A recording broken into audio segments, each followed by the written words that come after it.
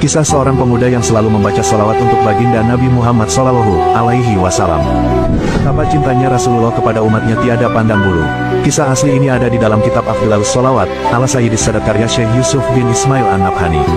Dikutip dari cuitan akun Habib Said Mahmud BSA Said Mahmud, beliau menceritakan sebagai berikut.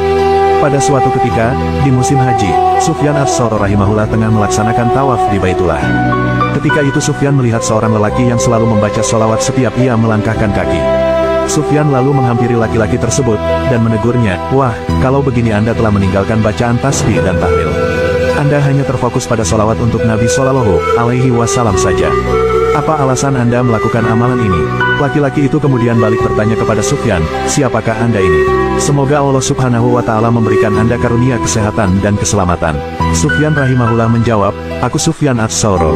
Laki-laki itu berkata, "Baiklah, akan saya ceritakan kisah saya. Andai kata tidak karena Anda adalah orang luar biasa di masa ini, niscaya saya tidak akan menceritakan karunia yang dianugerahkan kepada saya, dan niscaya saya tidak akan membuka rahasia yang diberikan Allah pada saya." Kemudian laki-laki itu berkisah, "Pada suatu hari, saya dan ayah saya pergi untuk menunaikan ibadah haji.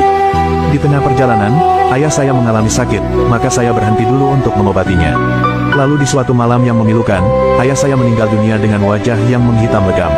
Innalillahi wa inna ilaihi rajiun, ayahku telah meninggal dengan wajah yang menghitam," ujar saya dalam hati. Saya merasa sangat sedih sekali menyaksikan keadaannya. Lalu saya mengambil selembar kain dan menutupi wajahnya.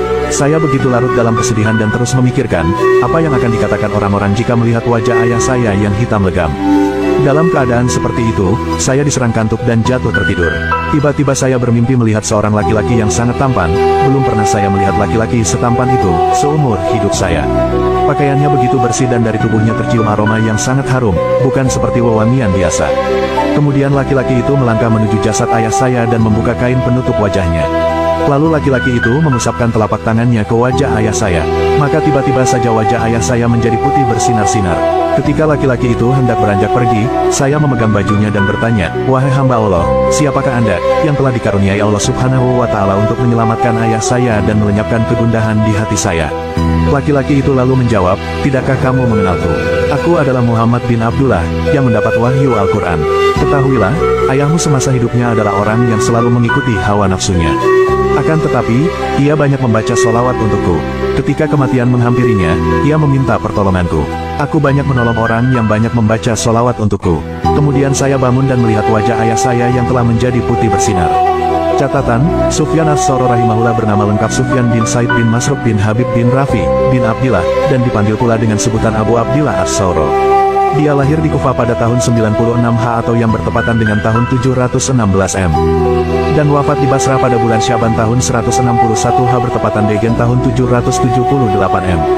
Dia tercatat sebagai adalah salah seorang tokoh ulama di masanya, imam dalam bidang hadits juga bidang keilmuan lainnya, terkenal juga sebagai pribadi yang wara, zuhud, dan ahli fikih. Wallahu alam.